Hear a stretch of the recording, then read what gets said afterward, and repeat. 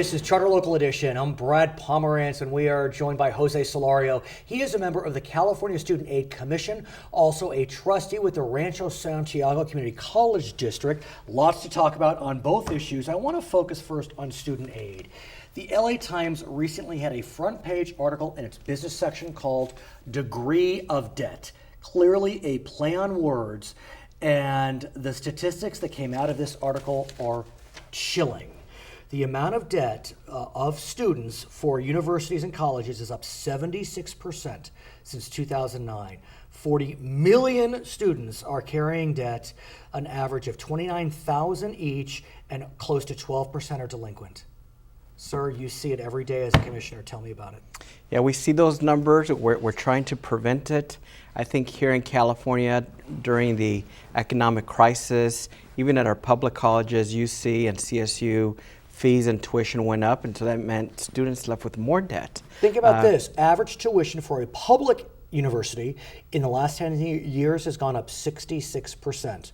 For a private institution, 49%. Even community colleges, 53% increase in 10 years. Yeah, all true. And what I've seen too is, poor youth, they're able to get financial aid. If you're wealthy, you write another zero on the check. So it's the people in the middle that really get squeezed. And that's why I'm really proud that the legislature and the Student Aid Commission have been focusing on the middle class scholarship. Yeah, tell us about that, because I understand if your family makes, is it up to $160,000? Up to $150,000, you're right. That's a pretty good number. Yes. I mean, people live very nicely on $150, but if you have to pay then $60 just to send your kid to USC, I don't know how you do that. Or, I guess, is middle class scholarship just for public schools? Public schools. Okay, but even so, if you go to a UC, it's $12,000. Right. But then you consider room and board, that's another $12,000, $15,000.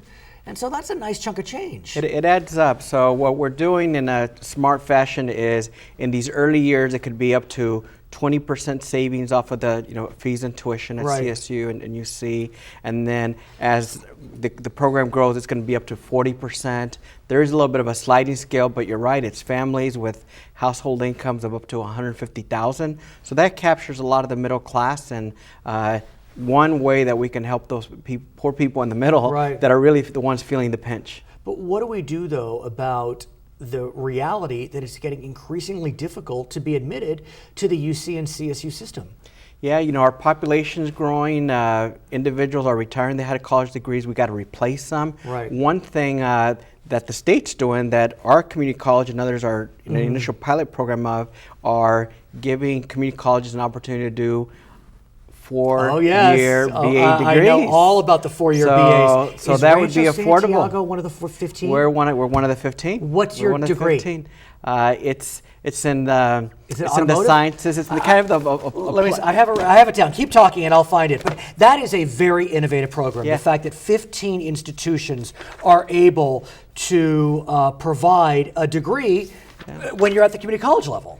Yeah, so I think it's great. Santa Ana College, occupational studies. Occupational studies. It's a human resources BA. Yes, and that's a growing field. We offer a lot of great technical and vocational colleges, including some apprenticeship programs for the building trades. And so this area is one that's growing, and one that we feel we have the professors and the curriculum to give our students a BA degree. And speaking of Santa Ana College, I understand that institution has a big birthday coming up.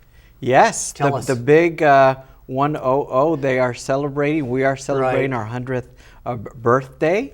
It's 18-month long celebration. Of course it is, right? Because it should be. And that college years ago started at Santa Ana High School, one building. You're kidding. 24 students, 11 professors. Wow. So that's pretty nice. A 2-to-1 faculty to student ratio, and now that campus, we're at about 30,000 students a year. We're one of the top producers in terms of associate's degrees in the country, and we're very proud of this legacy. And how is that institution doing as we're coming out of the recession? Because you know as well as I that so many community colleges were forced to cut sections, forced to really just turn away students. Mm-hmm. You had some students going to 2 and 3 institutions just to get the classes they needed. Have you reinstated the sections? Yeah, we've been reinstating intersessions. We've been adding classes to the summer. We just at Santa Ana College, for example, added another 24 full-time faculty. So we're doing more, still in an efficient way. We're also doing a lot in the areas of student equity and student success, because we don't want them just to start. Of course. We want them to finish. And even with my early work in the legislature, we said, you know what, let's make sure that they have an academic plan, that they go in, they see a counselor, somebody helps them develop a plan for successful exit, whether it be to a career field or whether it be to a four-year institution. Well, it's undeniable the community college system in California is focused on success. Some would say to the detriment of lifelong learners, but at this stage, it's an important goal. And is it a goal that you are seeing those successes? Are we seeing graduation with AAs or matriculation to BA or BS at higher rates? You know, we're starting to see the results. You know, I'm like you, I want to look at the data, look at the charts, and I said, let's look at the past 5 years. How are our graduation rates? Because, you know, for community colleges, people always critique that not enough are going to 4-year, but we're seeing higher graduation rates. We're seeing more folks entering a career, more folks going to a 4-year institution. All the grant programs are growing, so we're on a good track. I know that Santa Ana also has a significant population of students of color.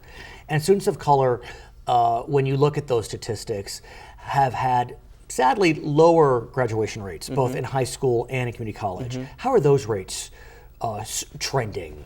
You know, they're trending, you know, good. Again, when you look at our campuses, because they are largely students of color, the fact that the numbers are going up means that, you know, more students of color are also graduating and succeeding.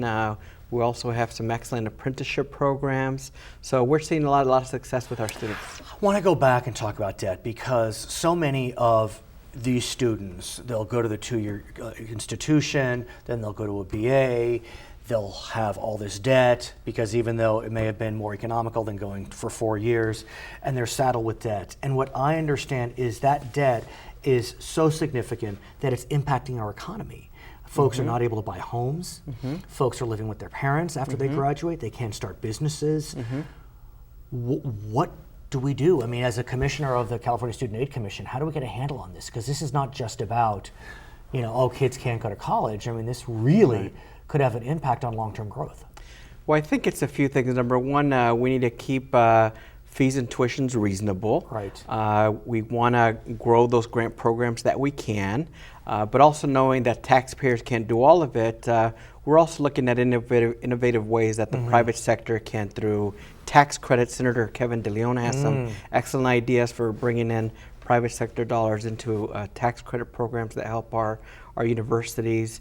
We're also looking for ways for other private companies to develop an endowment that can help students. I'm also looking at critical career areas, like with teachers and nurses and others, that we might have partial loan deferment, loan forgiveness programs. We used to have those programs. We did. And they went away, and so we're you know, trying to create a narrative to make the case that we need to do that. Because there's no doubt that now is the time for policymakers to get creative on the student debt issue. I mean, presidential candidates Hillary Clinton, Marco Rubio, I mean, folks are talking about this because this is becoming a crisis for so many Americans. And that American dream of getting a college degree for some is becoming unattainable because of cost and debt. So Jose, I thank you so much for joining us. He is Jose Solorio. He is a trustee with the Rancho Santiago Community College District, also a member of the California Student Aid Commission. We are in Long Beach today. My name is Brad Pomerance, and this is Charter Local Edition.